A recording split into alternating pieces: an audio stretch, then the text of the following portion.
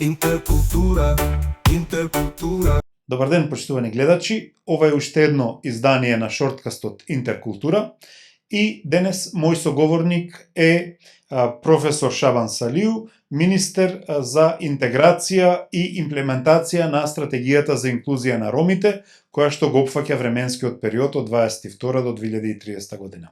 Добар ден, господине Салиу.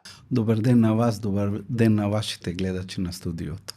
Ви благодарам што се одзвавте на да ни бидете гостин во овој шорткаст на тема која што е многу битна, а тоа е инклузијата на ромите за која што постои специјална долгорочна стратегија.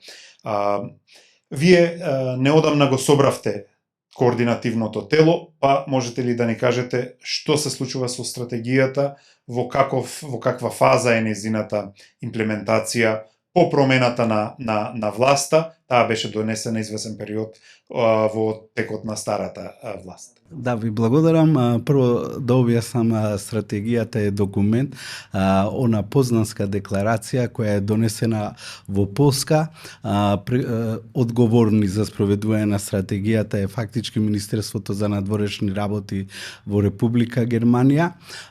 Тоа е стратегија за инклузија на ромите, како и вие што кажавте, каде што учествуваат субјекти за спроведување на истата се министри од балканските држави, и тоа Западен Балкан и Турција.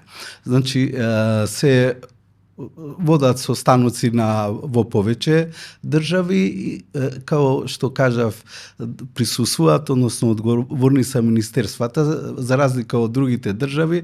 Во нашата држава, Република Северна Македонија, единствен сум ром кој присуствува на тие конференции и единствен министер ром кој ги спроведува овие наши активности во поглед на имплементација на стратегијата. Значи, она што е важно, ја што го потенцирам, самата стратегија има 8 битни активности кои во суштина представуваат и надлежност за спроведување, односно интеграција на ромската заедница во нашата држава, како што е образованието, домувањето, културата, проект за намалување на сиромаштијата, потоа уредување на документација на луѓе кои нема да државјанства, изводи народени и така натаму, и после она што е важно е борба против дискриминацијата, односно разни форми и на висока, да кажам, и на тивка дискриминација, разни стереотипи кои се присутни кај ромската заедница и тука и низ останатите држави во Балканот и во Европа. Раководите со тело кое што е подготвено, да речеме, за имплементација. Дали се сите тие позиции консолидирани и дали во таа смисла ние можеме да очекуваме дека тоа што е зацртано во акцискиот план се остварува од месец на месец согласно тие фази кои што се дел, бидејќи често пати наша аномалија, нели, како воопшто како држава и општество е дека знаеме да донесеме добра стратегија, меѓутоа имплементацијата секогаш каска. Каков е случајот со ова? Апсолутно сте во право. Значи, ние од скоро пред минатата недела, односно понеделникот, го одржавме првиот состанок на националното координативно тело во нашата држава. Постоеше одредени проблеми во смисол за поставување на функциите кои ќе го води националното координативно тело.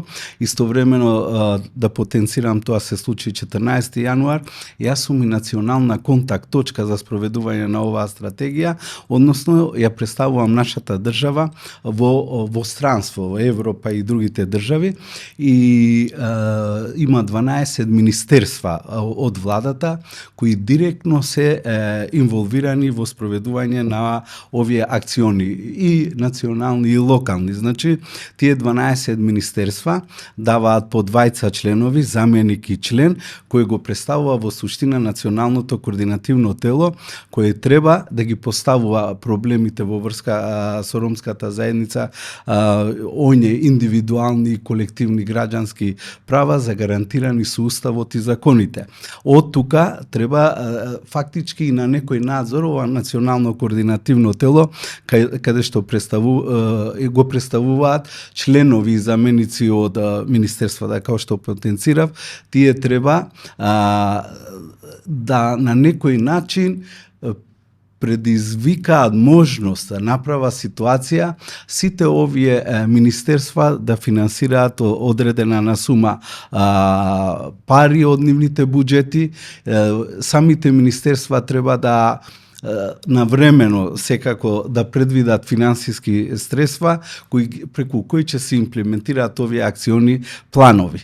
Значи, исто така одговорност е и препорака на самите локални самоуправи преку градоначалниците да има за нивните локални акцијски планови одредени буџети и каде што ќе се овозможи на населените места каде што живеат ромите да се финансира, односно директно да бидат наменети во корист на овие 7 точки битни кои во суштина представуваат и живот на ромската заедница правилно и наменски да се финансираат токму во инфраструктурата, образованието, после оние градинки на ромчиња деца од прешколска возраст, за да може непречено да се вклучат ромите во нормалните општествени текови во нашата држава. Има ли јасна свест кај раководителите, 12 министерства, кај министрите, кај директорите на разни институции кои што треба да спроведат одредени активности за навистина потребата да се смени состојбата со ромите и ромската заедница? Или е тоа само една начелна свест? Дали вие чувствувате доволно поддршка и ветар во грб и дали имате на некој начин позитивно чувство дека сето ова ќе доведе до вистински резултати? Видите, значи оваа стратегија се пропорачува на државите и од страна на Европската Унија. Значи, ние имаме постојано одредени големи семинари од 3-4 дена и во Брисел, и во Берлин бевме. Исто организираше Европската Унија и во Истанбул пред 2 недели и во други држави, значи Страсбург и така натаму, каде што се внимава дали реално се имплементираат овие потреби за ромската заедница. Особено како што нагласав, државите од Западен Балкан и Турција. Значи, на некој начин може да не се директен услов за влез во Европската Унија на овие држави, нашата држава, меѓутоа има препораки на 6 месеца колку тие идат, каде постојано на сите држави и на Македонија им се препорачува да се подобри состојбата на ромската заедница. Мислам дека ова одговор на вашето прашање, бидејќи ја од неодамно сум и министер, ама национален координатор нема ни 30 дена. Јас веќе она што као прво го направив, доставувам до сите министерства и до сите општини во нашата држава одредено барање да ми одговорат дали имаат предвидено буџети во нивните ставки кои директно се однесуваат на спроведување на активностите поврзани со стратегијата на ромите за инклузија и тоа 2022-2030 година. Истото го прам и во локалните самоуправи и барам извештај колку е спроведено, колку се одделени минатата година, што е направено со тие средства, колку биле, а за 2025 година барам конкретно исто така да имам увид на самите средства кои се имплементираат и каде ќе се имплементираат. Пример, од поодавна знам и имам такви случаеви, каде овие парични средства кои се за спроведување на стратегијата се спроведувале по други некои намени. Например, некој ром живее во некоја населба, едно семејство, а на другите страни во одредена општина има ромски населби со лоша инфраструктура, со без немање на водоводна инсталација, на канализацијски мрежи и така натаму. Таму имало некој ром, некои општини за себе тоа си го прават и таму ги финансирале по голем дел од средствата. Мислам дека ја не сакам ниту една влада да обвинувам, она што се прави за ромската заедница и порано и сега не е доволно да ги интегрираме во институциите на системот и во нашата држава. Ја, као што потенцирав, ова е влада од поново време, па и премиерот, на кого лично верувам и сум во коалиција со владата, очекувам нешто поконкретно да се направи за ромската заедница. Ако вие сите знаете и постојано се сретнувате и со граѓани од ромската заедница или поминувате покрај некои населби, тоа е са реалност. Ние не дојдовме од Марс, овде плаќаме и комунали, даноци, некои други работи, го полниме буџетот. Треба повратно да се врати и да се инвестира во кај ромската заедница. На сите ни е познато дека сме ние најсиромашни, со многу лошо образование, живеат во субстандарни живеалишта на маргините на општеството, без никакви средства и така натака. Повеќето социјалната помош кој не е доволна за да може 4 члено, како што има анкети, семејство да се прехрани. Ја барам помошта од сите, и од медиумите, од секој добронамерен граѓани кој е хуман, кој е поштен, кој мисли добро и за своите деца и за децата кои можда синоќа без лепче легнале плачејки во своите постели, да помогнеме на ромската заедница. А она што сакам да го потенцирам, еве, баш тука помислив, као Шпанија што прави, ја прогласува 2025 година за ромите во поглед на нивна интеграција. Значи тоа е еден добар потек. Македонија е мала држава, ние сме секако сиромашна држава, меѓутоа не треба многу да се направи за ромската заедница за да подобро се интегрираме во системот. Значи, ја често се шалам, тоа беше изрека на еден поранешен ромски политичар, кога кажа дека за да ромите се интегрираат треба 400 години.